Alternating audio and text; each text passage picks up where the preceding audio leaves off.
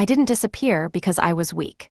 I disappeared because that night showed me exactly who I was married to and what my silence could do to him. My name is Jennifer. I had been married to Eric for 12 years. We had 3 children. From the outside, we looked like a stable family. Vacations, schools, dinners, photographs that smiled back at anyone who looked. What no one saw was how carefully I had learned to stay quiet to keep everything from breaking. This trip was supposed to fix things. A family vacation I planned myself. Flights, rooms, schedules, every detail handled quietly like always. Eric agreed to it easily, which should have warned me. He was too calm, too confident, like someone who already knew how the story would end. The moment we stepped into the resort lobby, I felt it, that slow, sinking feeling in my chest. Eric walked ahead of me, phone in hand, not once looking back. The kids stood close to me, dragging their bags, tired but excited. I smiled for them. I didn't know it would be the last time I tried. At the front desk, Eric spoke before I could. He didn't lower his voice. He didn't hesitate. "I booked 3 rooms," he said casually. "One for me, one for Camille, and one for the kids." The words didn't register at first. My mind stalled like it refused to translate them. Camille, his ex, the woman he said was no longer relevant. The woman I was told not to worry about. I looked at him, waiting for the punchline. There wasn't one. "Not for you," he added, finally glancing at me as if clarifying something minor. The lobby felt suddenly too loud and too quiet at the same time. My youngest tugged my hand and asked where I was sleeping. I didn't answer. I couldn't. I was still standing inside the moment where my marriage ended without warning. Then Camille appeared, already comfortable, already smiling, like she had been waiting for her cue. She stood beside Eric as if that position belonged to her. As if I was the extra person who hadn't read the script.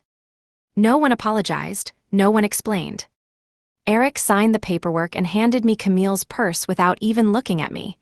"Take this to her room," he said, like it was normal, like I had done this before. I took it.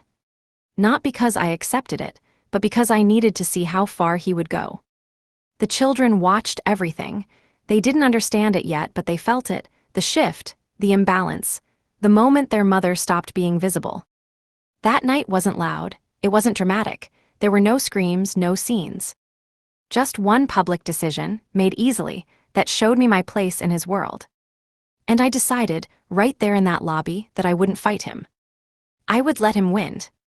For now. Because some endings don't begin with anger. They begin with silence. Camille didn't act like a guest. She acted like she had returned to something that was already hers. That evening, she walked into the restaurant beside Eric, her hand resting on his arm, her voice low and familiar. No introductions were needed. She smiled at me once, the kind of smile that assumes permission rather than asks for it. The children noticed before I did. My oldest stopped eating. My middle one watched his father too closely. My youngest leaned toward me, confused by the way the seats were arranged.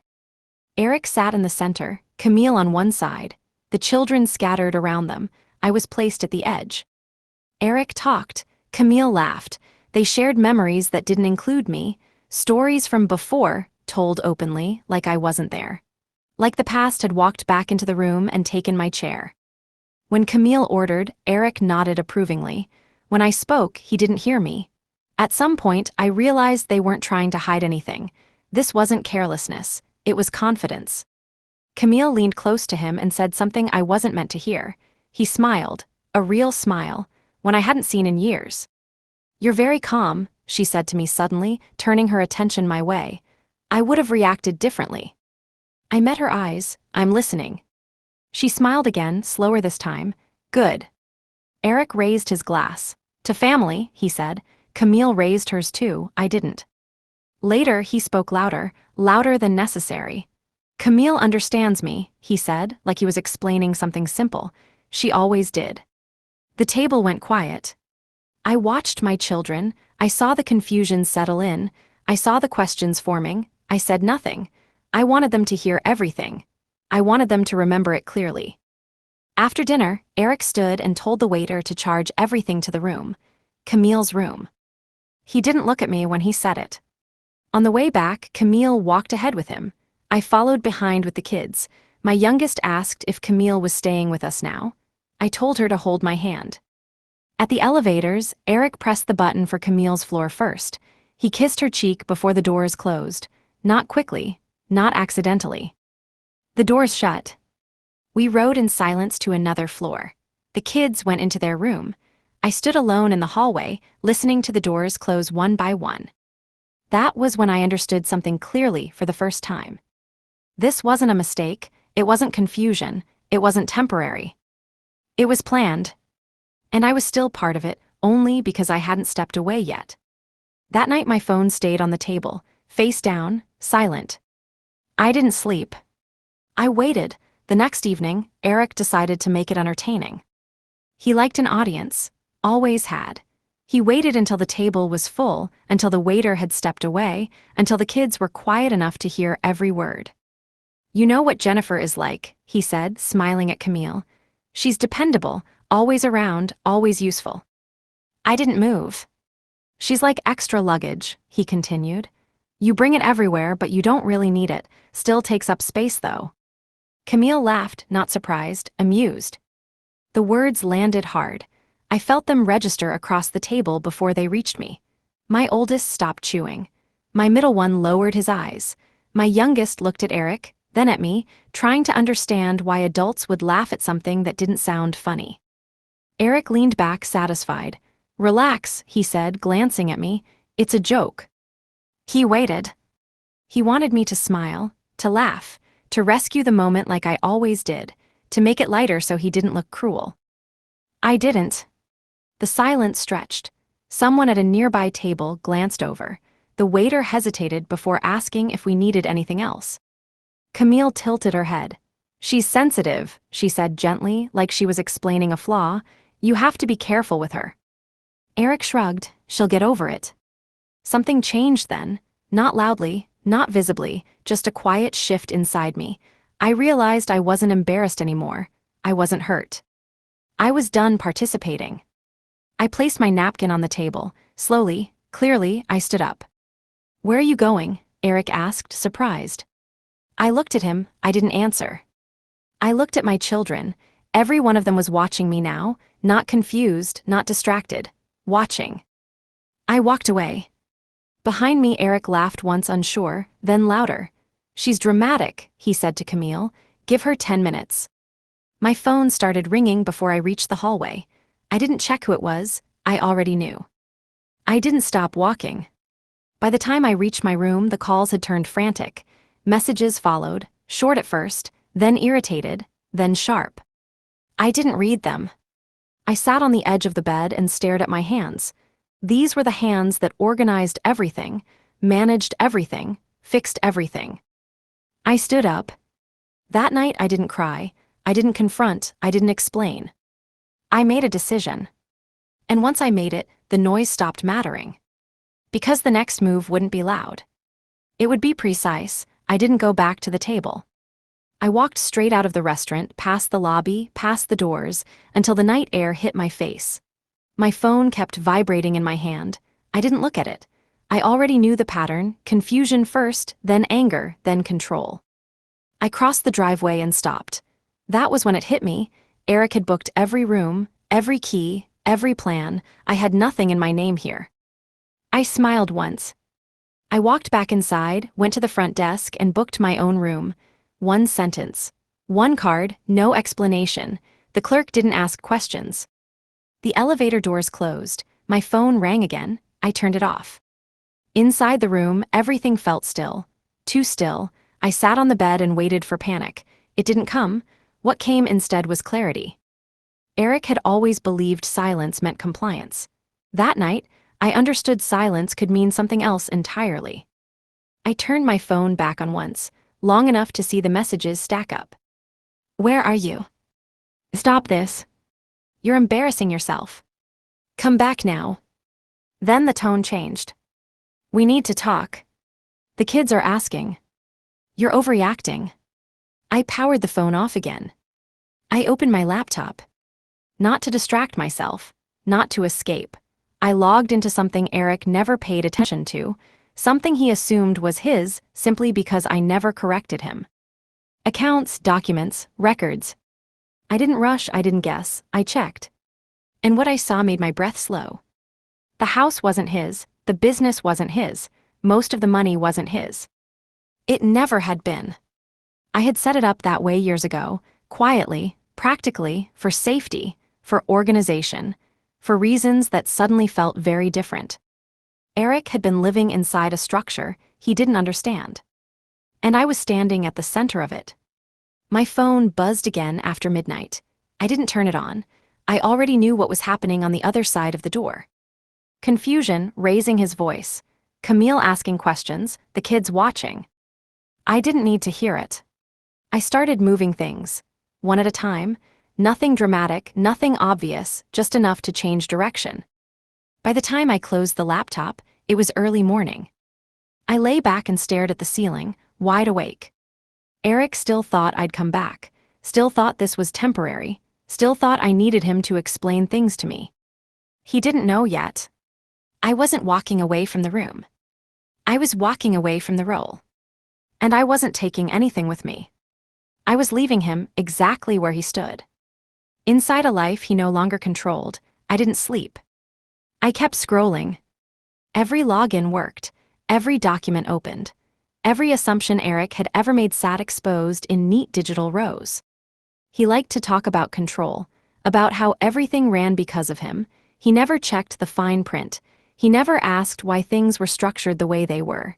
He trusted the image he had built of himself more than facts.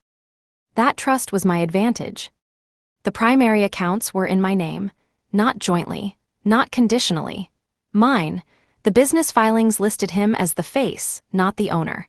The properties were registered through entities I had created years ago when he said, "You're better with paperwork." I remembered that sentence clearly. I remembered how proud he sounded saying it. By dawn, I wasn't angry, I was careful. I didn't take everything. I didn't empty accounts. I made small moves, directional ones, changes that wouldn't trigger alarms immediately but would matter soon.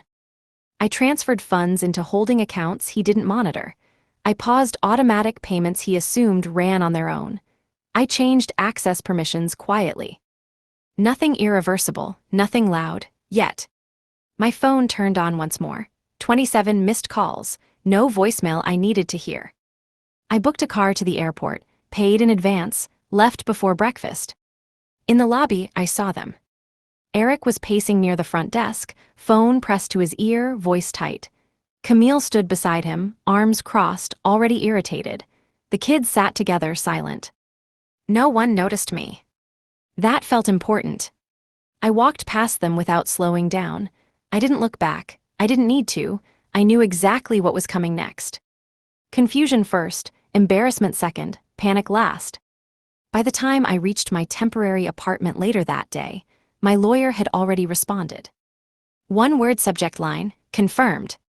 We spoke briefly, efficiently. She didn't ask if I was sure, she heard it in my voice. That evening, Eric finally left a voicemail. "You've gone too far," he said. "Fix this before you make it worse." I deleted it. Because I wasn't fixing anything. I was letting it break exactly where it had been weak all along. And he still didn't understand the most dangerous part. I hadn't taken revenge. I had taken position. And once you see the whole board clearly, the next moves stop feeling emotional. They feel inevitable. Eric didn't notice the first change. That was expected. The payments still went through. The balances still looked normal. His cards still worked. The illusion stayed intact long enough for him to feel safe. Safety makes people careless. I spent that day doing nothing visible. No calls, no messages, no social signs of distress. Anyone watching from the outside would have assumed I was cooling off, preparing to apologize. That assumption worked in my favor. By evening, I began tightening access, not cutting it, redirecting it. Certain approvals now required my confirmation.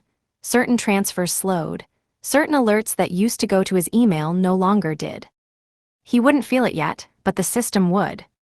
My lawyer sent drafts. I reviewed them without emotion. Separation documents, asset protection, timelines, everything clean, everything factual. No accusations, no explanations, just facts. That night, Eric finally sent a message that wasn't angry. "Where are you staying? We should talk privately." I didn't reply. An hour later, Camille texted from his phone. "You're making this ugly. The kids are upset. This doesn't help anyone." I stared at the screen and turned it face down. The next morning, I made the first visible move. I canceled a single payment. Just one. It was small enough not to trigger immediate concern, but important enough to disrupt his routine. A charge he relied on without thinking. A service he used daily. By afternoon, he noticed. The call came from a number I didn't recognize. "Something's wrong," he said when I answered. No greeting, no apology. "One of the accounts isn't working." I waited. "Did you change something?" he asked. I didn't answer. "Jennifer, don't do this," he said, lowering his voice. "We can fix whatever you're feeling." Whatever you're feeling. I ended the call. That was when I knew he still didn't understand. He thought this was emotional, temporary, reversible. He thought if he said the right words, things would reset. So I made the second move. I scheduled the papers. Not for him, for time. Everything would unfold, while he was busy pretending nothing had changed. That night, I slept for the first time since the resort. Because the game had finally begun. And I was no longer reacting. I was leading. The papers were ready before he realized anything was wrong. That mattered. Timing was everything. Eric believed control came from confrontation, from loud conversations. From forcing outcomes. I understood something else. Control comes from preparation. My lawyer sent the documents in sections. Asset protection first, authority clarification next, formal separation last. Each piece stood on its own, each one already enforceable. Nothing depended on his consent. That night, Eric called again, this time calmer, measured, the voice he used when he wanted something. "You're being quiet on purpose," he said. "I know you." I didn't respond. "You want me to panic," he continued. "You want me to chase." I almost smiled. He didn't know how far behind he already was. The next morning, I authorized the freezes. Not everything, just enough. Enough to make questions unavoidable, enough to force him to look. At his office, his assistant called twice, then emailed, then called again. Something wasn't clearing, something needed approval, something had changed. By noon, Eric finally opened files he had never bothered to read. Names, signatures, ownership lines. Mine. He called immediately. "This is a mistake," he said. "Why is your name everywhere?" I let the silence answer. "Jennifer," he snapped, the control slipping. "This isn't funny." "Funny?" I hung up. By afternoon, Camille was involved. She called, not angry now, but alert. "What did you do?" she asked. I didn't reply. That was when Eric understood something was wrong, but not yet what. The documents were filed before sunset. The timeline locked. The structure held. He wouldn't be able to reverse anything without my signature. And I wasn't signing. That evening, I received one message. "You can't do this without talking to me." I read it once. Then I deleted it. Because the truth was simple. I had already done it. And the silence he hated most was now the only answer he was going to get.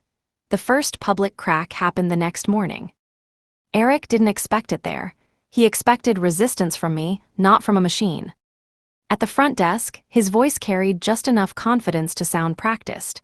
Camille stood beside him, already irritated, already impatient. The kids waited behind them, quiet. The clerk typed, paused, typed again. "I'm sorry," she said, "the card didn't go through." Eric laughed once, short, automatic, "Try it again." The second attempt failed faster. Camille shifted, "Use the other one." He did. "Declined." The word landed differently this time. It didn't argue, it didn't explain, it just existed. Eric's smile faded. "That's not possible," he said. "There's plenty in that account." The clerk looked at the screen again. "It's restricted." Restricted. Camille stepped closer to him. "What does that mean?" He didn't answer her. He was already dialing his bank, pacing a step away, lowering his voice but not enough. "I need to speak to someone now," he said. "Yes, immediately." The kids watched. They didn't ask questions. They could feel something slipping. Eric's face changed while he listened. Not anger, not embarrassment. Fear. "No," he said. "That can't be right, she wouldn't." The call ended. Camille stared at him. "Eric." He looked around, aware now of the eyes. The waiting, the quiet. "I'll handle it," he said, but the certainty was gone. Camille pulled out her own card and pushed it forward. "Just charge it." The clerk tried. Declined. That was when people started watching openly. The clerk lowered her voice. "Sir, we'll need payment before checkout." Eric nodded too quickly. "Of course." He turned away, phone back in his hand, typing messages I would never read. Across the lobby, I stood near the exit. He didn't see me. I saw everything. I saw Camille's confusion turn sharp. I saw the kids step closer together. I saw Eric realize for the first time that something had moved without him. I paid the bill. All of it. Silently. When the clerk handed me the receipt, I folded it once and put it away. Then I left. Outside, the car was waiting. As I got in, my phone vibrated. A message from Eric. "What did you do?" I didn't answer. Because this was only the first place where his world would refuse him. And now he was finally paying attention. I didn't go home. That mattered more than anything else. Eric expected distance, not absence. He assumed I would stay reachable, waiting for him to calm down, ready to explain myself once he demanded it properly. I removed that option. I changed my number, not temporarily. Permanently, I redirected emails. I stopped responding to anyone who might report back to him. Friends, relatives, coworkers, no announcements, no explanations. Silence became structural. By the time Eric realized he couldn't reach me, it was already too late.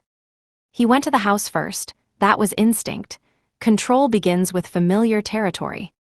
When he didn't find me there, he checked the credit card statements. That's when the panic started. Not everything was frozen, just enough.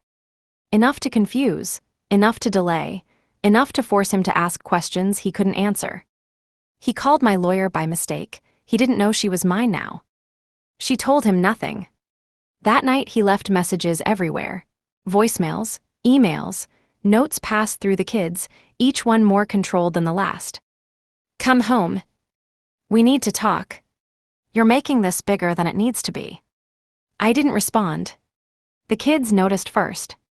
Things stopped working the way they used to. Schedules weren't followed. Meals weren't planned. Small systems collapsed quietly. Eric didn't know how much of the daily structure he had never touched. Camille tried to take over. She reorganized. She changed routines. She made decisions quickly. They didn't stick. The kids didn't argue. They didn't complain. They watched. They remembered. By the third day, Eric was calling everyone he knew, asking questions without asking them, demanding reassurance he couldn't get. "Where is she staying? Did she say anything to you? Is she bluffing?" No one had answers.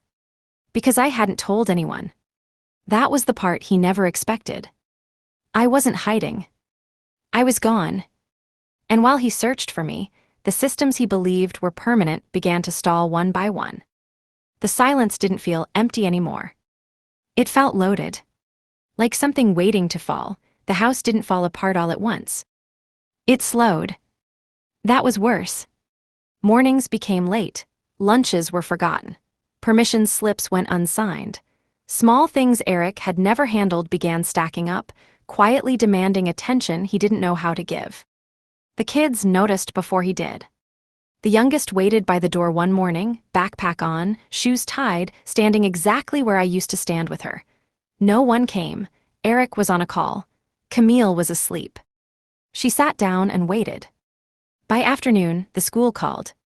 Eric snapped at them. Camille blamed the school. No one apologized to the child. That pattern repeated. Homework went unchecked. Uniforms stayed unwashed. Questions were answered with impatience instead of listening. The house stayed loud but empty at the same time. Camille tried to assert control. New rules, new expectations, new tone. The kids complied without engagement. They stopped asking for help. They stopped explaining. They started observing. At dinner one night, Camille complained that nothing felt organized. "Someone has to take responsibility," she said, looking at Eric. He didn't answer. Because for the first time, he didn't know how. My oldest found a folder while searching for his sports papers. Inside were documents I had saved years ago. Schedules, medical records, school plans, notes written in my handwriting. He didn't say anything. He kept reading. My middle child noticed the silence at night, the way no one checked on her anymore, the way comfort had been replaced with instructions. She stopped crying out loud. My youngest asked once, quietly, when I was coming back. No one answered her. Eric started staying out later. Camille grew sharper, the house filled with tension instead of routine. Nothing dramatic happened. That was the point. The absence didn't scream. It revealed. And the longer I stayed gone, the clearer everything became to the people who mattered most. Because when something essential disappears, you don't notice it immediately. You notice it when everything else stops working. Camille tried harder once she realized I wasn't coming back. She didn't say my name, she erased it. Photos disappeared, drawers were emptied. Small changes appeared overnight, like someone rewriting a story mid-sentence. She moved quickly, as if speed could replace familiarity. Eric let her. That told the kids everything. She announced new rules without asking questions, new schedules without understanding them. She spoke in instructions, not conversations. When something went wrong, she blamed attitude. My oldest tested her once, asked for help with something simple, she brushed him off. "Figure it out," she said. "You're old enough." He didn't ask again. My middle child forgot her lunch twice in 1 week. Camille told her to be more responsible. She stopped reminding anyone when she needed things. My youngest held onto her stuffed toy at night. Camille told her to sleep without it, said it was childish. She cried quietly instead. Eric noticed tension but didn't trace it to the source. He worked later, spoke less, let Camille manage what he couldn't. That was the mistake. Because children don't compare words. They compare presence. They started finding things, accidentally at first. A folder, a notebook, old photos tucked away where no one bothered to look anymore. They saw patterns they hadn't noticed before. Who showed up, who stayed, who listened. Camille caught my oldest holding one of the photo albums and told him to put it away. Said it was time to move on. He did. But he remembered. One night, my middle child asked Eric why I used to wait for them to fall asleep. Why I used to sit outside their rooms. Eric didn't have an answer. Camille laughed it off, she worried too much. The kids didn't laugh. They were no longer confused. They were comparing. And for the first time, Eric felt something shift that he couldn't control. Because replacement only works when no one remembers what was replaced. And they remembered everything. Eric was at his favorite table when it happened. Same place, same time, same confidence. He liked routines that made him feel important. That morning, he was explaining his success to someone who hadn't asked. The envelope landed in front of him without warning. "Eric Morrison," the man said, "you've been served." The words didn't register immediately. Eric looked up, annoyed, ready to dismiss him. Then he saw the seal. His voice lowered. "What is this?" The man didn't answer. He didn't need to. Eric opened the envelope. He skimmed the first page, then the second. His face changed slowly, like something draining out of him. Across the table, the client gathered her things. She didn't say goodbye. Eric stood abruptly and stepped outside, phone already in his hand. He dialed my old number again. Disconnected. He called my lawyer next. She didn't explain, she didn't negotiate. She confirmed receipt and ended the call. By noon, Eric understood the scale of it. Accounts he used daily required authorization. Business access was limited. Ownership lines were clear, too clear. He went back to the office and started pulling files. Contracts, registrations, things he had signed without reading because he trusted the structure I built. My name was everywhere. By afternoon, Camille was waiting when he got home. "What happened?" she asked. He didn't answer at first. He sat down, staring at nothing. She pressed, "Eric." "They froze it," he said finally. "I don't control it." Camille's tone changed. "What do you mean you don't control it?" He handed her the papers. She read faster than he had. By evening, the house felt smaller. The kids stayed in their rooms. No one asked questions. They already sensed something was collapsing. Eric tried calling relatives, friends, anyone who might know where I was. No one did. Because I hadn't told anyone. That night he read the papers again, slowly this time, line by line. He realized something then. This wasn't a fight, it wasn't a threat, it wasn't a reaction. It was finished. And for the first time since I'd known him, Eric didn't sleep. Because everything he believed he owned was now legally unreachable. And the silence on my end told him one thing clearly. I wasn't coming back to negotiate. I was letting the system speak for me. The collapse didn't announce itself. It spread. Eric spent the next 2 days trying to restore access. He made calls. He sent emails. He spoke carefully, then sharply, then desperately. Every response led back to the same point. Authorization required my signature. He tried to move money, delayed. He tried to approve contracts, blocked. He tried to reassure clients. They noticed hesitation. By the third day, the questions changed. Not what happened, but who actually owns this? That question followed him everywhere. His business card still carried his title, but the systems behind it no longer responded to him. Meetings were postponed. One client pulled out quietly. Another asked for documentation he couldn't provide. Camille watched it happen. At first, she believed it was temporary, a technical problem, a misunderstanding. She told him to fix it faster, to be firmer, to remind people who he was. That stopped working. Her calls started failing too. Cards declined at stores she'd never checked prices in before. Subscriptions cut off. Access denied. She confronted him that night. "You said everything was handled," she said. He didn't argue. He didn't explain. He just stared at the papers again, like they might change if he looked long enough.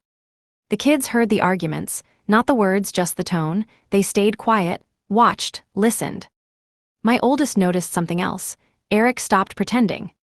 He didn't lecture anymore, didn't joke, didn't command attention. He sat and waited. Waiting had never been his strength. Camille began packing small things without announcing it. Clothes first, shoes next, items that fit into bags easily. She didn't say she was leaving. She didn't need to. Eric noticed when her side of the closet thinned. He didn't stop her. Because he was busy trying to stop something else.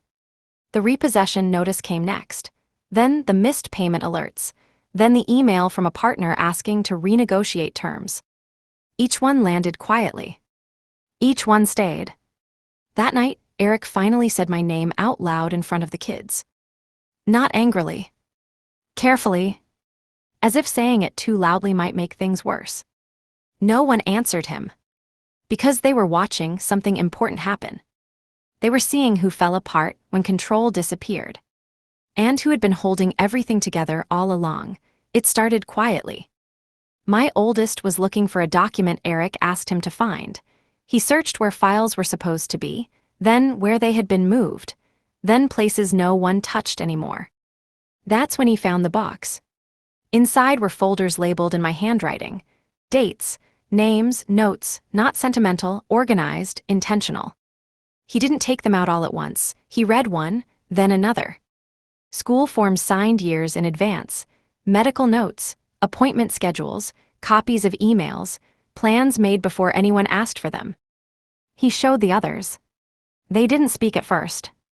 They kept reading. My middle child found another box behind it. Photos, not posed ones, not holidays, everyday moments. Practices, late nights, small victories recorded without noise. They noticed who was always there. Who wasn't? My youngest found a notebook. She recognized the handwriting immediately. She flipped through pages filled with reminders, things she liked, things she was afraid of, things I never forgot. She held it quietly. Eric walked in while they were sitting on the floor. "What are you doing?" he asked. No one answered. He looked down and saw the boxes. Something in his face changed. He didn't reach for them, he didn't stop them. Because he knew. They didn't accuse him, they didn't argue, they didn't cry. They just kept looking. Later that night, my oldest asked him one question. "Did you know she did all this?" Eric didn't answer right away. "I thought it handled itself," he said finally. The answer stayed in the room. After that, the kids stopped waiting for explanations. They stopped asking when I would come back. They already knew why I had left. The house felt different after that, quieter, not calm, heavy. Camille came home late and noticed the boxes. She told them to put everything away, said it wasn't helpful to dig into the past. They didn't listen. The truth had already surfaced. And once it did, nothing Eric said could put it back where it had been hidden. Because now, the silence wasn't confusing anymore. It made sense. The first call didn't come from Eric. That was how I knew it mattered. The phone vibrated once. Unknown number. I didn't answer immediately. I let it ring out, then it rang again. I picked up. "Mom." One word, that was all it took. My oldest didn't cry. His voice was steady, but I could hear the effort behind it. "I found your folders," he said, "all of them." I didn't interrupt. "We didn't know," he continued. "Not really, we thought things just happened." I waited, silence gave him space. "They don't," he said finally, "not like that." I asked him one question. "Are you safe right now?" "Yes." "Are you alone?" "Yes." There was a pause, then quieter. "Dad doesn't know I'm calling." That told me everything. He told me about the boxes, the notes, the photos, the way the house felt now, how Eric avoided rooms, how Camille barely spoke to them anymore unless she was irritated. "She's packing," he said. "I think she's leaving." I didn't comment. "She told us we were ungrateful," he added, "said we were making things harder." I closed my eyes. "She never asked what we needed," he said. "You always did." That was when his voice shifted. "Did you leave because of us?" "No," I said immediately. "I left because of me." He exhaled, slowly, like he'd been holding something in for days. "I wanted you to know," he said. "We see it now." I let that settle. Before the call ended, he asked one more thing. "Are you okay?" I smiled to myself. "I am." After we hung up, I sat still for a long time. Eric didn't call that night. He didn't know yet. But something had already crossed the line he couldn't pull back. The silence between me and my children was gone. The silence between me and him was about to get louder. Because once the first child steps away from the version of the story you taught them, the rest never follow the same path again. They didn't tell him they were leaving. That was the part that mattered. It was late when my phone rang again, same number as before. This time, there was breathing on the other end before anyone spoke. "We're outside," my oldest said. I stood up so fast the chair fell behind me. "Where?" "Down the street," he said. "We walked." I didn't ask why, I didn't ask how long. I grabbed my keys and went straight out. When I saw them, something inside me broke open and settled at the same time. All three standing together, bags slung over shoulders, my youngest holding the same stuffed toy she used to sleep with every night. No panic, no drama. Decision. "We didn't argue," my middle one said immediately. "We just left." My youngest looked up at me. I told them it was my choice. I opened the door and they stepped inside without hesitation. No one asked if they could stay. No one asked what would happen next. They already knew. We sat together on the floor, not hugging yet, just close enough to feel each other breathe. "He tried to stop us," my oldest said. "Not force, just talk." "What did he say?" I asked. "That you were confused," he replied. "That you'd come back when you calmed down." I nodded once. "He didn't follow," my middle one added. That landed harder than anything else. My youngest spoke last. He asked if we were choosing you over him. The room went quiet. "What did you say?" I asked. She didn't hesitate. I said we were choosing ourselves. That was it. No speeches, no explanations, no goodbye notes. Just 3 children who had finally understood something clearly. They slept that night without asking questions, without nightmares, without waiting for someone to check on them. In the morning, Eric called. I didn't answer. He texted instead. Where are they? I read it once. Then I turned the phone off. Because the walk they took wasn't about distance. It was about crossing a line he could never pull them back across. And now, the silence belonged to me again. But this time, I wasn't alone in it. Eric came the next day. Not to my door, to the places he still thought belonged to him. The house was first, empty, locks unchanged but access useless. The silence inside it wasn't peaceful, it pressed back. Camille was already gone. No note, no explanation, just space where her things had been. He stood there longer than necessary, as if waiting for someone to return and explain what had happened. No one did. He drove to his office next. The badge worked, the systems didn't. His assistant avoided eye contact. Meetings were canceled. One client asked if ownership had changed. He didn't answer. By afternoon, the notices arrived. Missed payments, terminated services, a timeline he couldn't slow down. He called everyone. No one helped. That night, he sat alone and finally listened to the silence he used to give so easily. It didn't accuse him, it didn't explain, it didn't negotiate. It just stayed. The kids didn't ask about him, they didn't check their phones, they didn't wait for permission to feel settled. They unpacked. That was how I knew this was permanent. Eric sent one last message that evening. I never thought you'd do this. I read it carefully. Then I deleted it. Because the truth was simple. He had done this, I had just stopped holding it together. By the end of the week, he moved into a smaller place. Temporary, he told people, transitional, words he used to avoid admitting loss. The image he built couldn't survive without someone maintaining it. And I wasn't there anymore. What remained of his life fit into fewer rooms, fewer conversations, fewer assumptions. No audience, no structure, no one absorbing the impact for him. Meanwhile, the kids slept through the night. No tension, no guessing, no waiting. The silence had shifted again. It was no longer a weapon. It was proof. Proof of who stayed standing when everything else fell away. And Eric finally understood something he never expected to learn. Losing control is loud. Losing relevance is quiet. And there was nothing left he could say to change either. We didn't celebrate. That mattered. No victory speeches, no relief tears, just forward motion. The kids adjusted faster than anyone expected, not because it was easy, but because it was honest. Mornings had rhythm again. Questions were answered, silence wasn't heavy anymore. Eric tried once more. Not directly. Through someone else. A message passed along carefully, like it might break if handled wrong. He wants to see them. He says he's changed. He wants to talk. I didn't block it, I didn't respond. I let time answer for me. Because time was already telling them everything. The kids heard from him eventually. Short calls, careful words, apologies without weight, promises without structure. They listened. They didn't commit. My oldest noticed the pattern first. He keeps asking what we want, he said, but he doesn't ask what we need. That observation stayed with me. Weeks passed. The systems I rebuilt worked quietly. Work resumed. Income stabilized. No rush, no noise, just consistency. Eric's name stopped coming up naturally. When it did, it felt distant, like something finished. One afternoon, my youngest asked if people could forget who they used to be.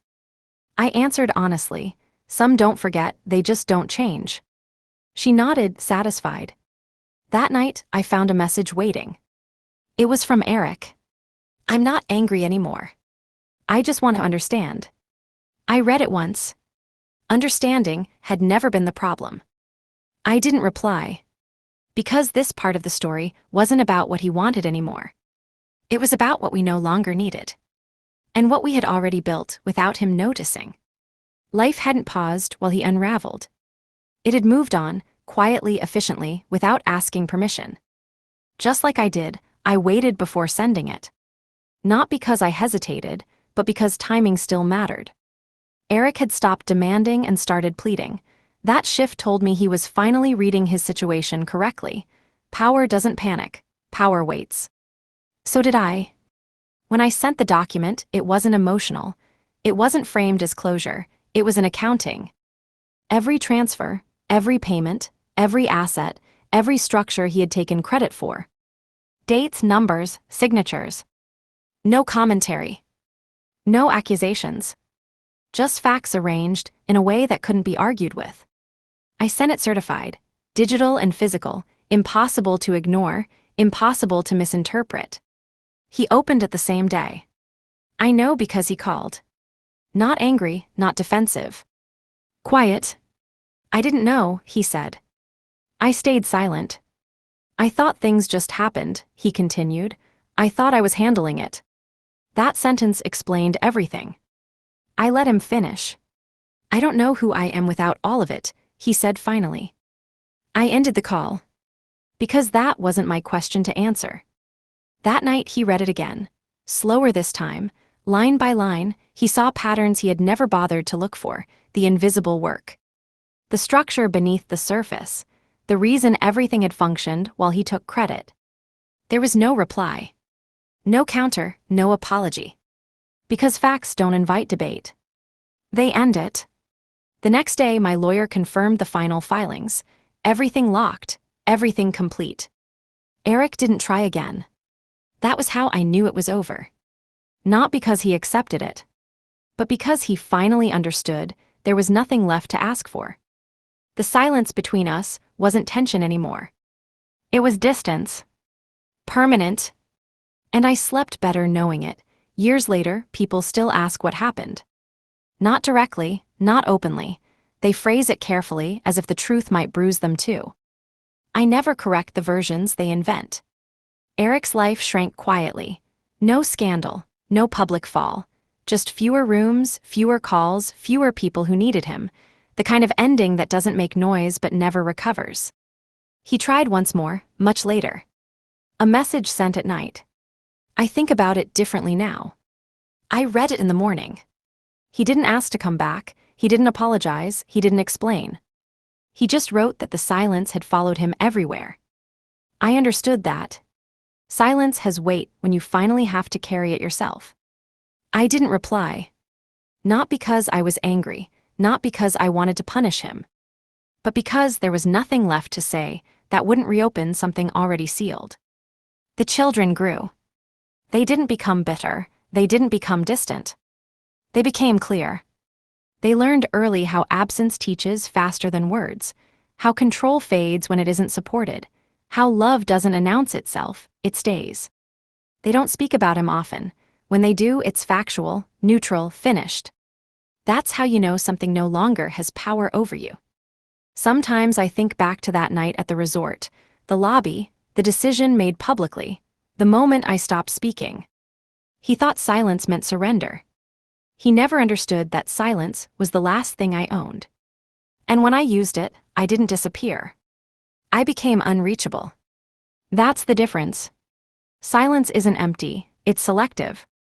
And once you stop filling space for someone else, they are forced to face what was never there to begin with.